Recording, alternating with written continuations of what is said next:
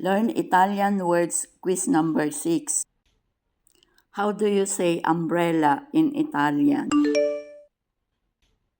How do you say hospital in Italian? How do you say grandfather in Italian?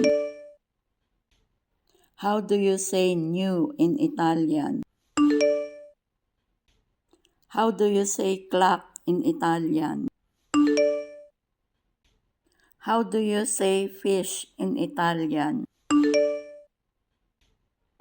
How do you say nose in Italian? How do you say duckling in Italian? How do you say feet in Italian? How do you say ball in Italian? How do you say nest in Italian? Please write your answer in the comment section.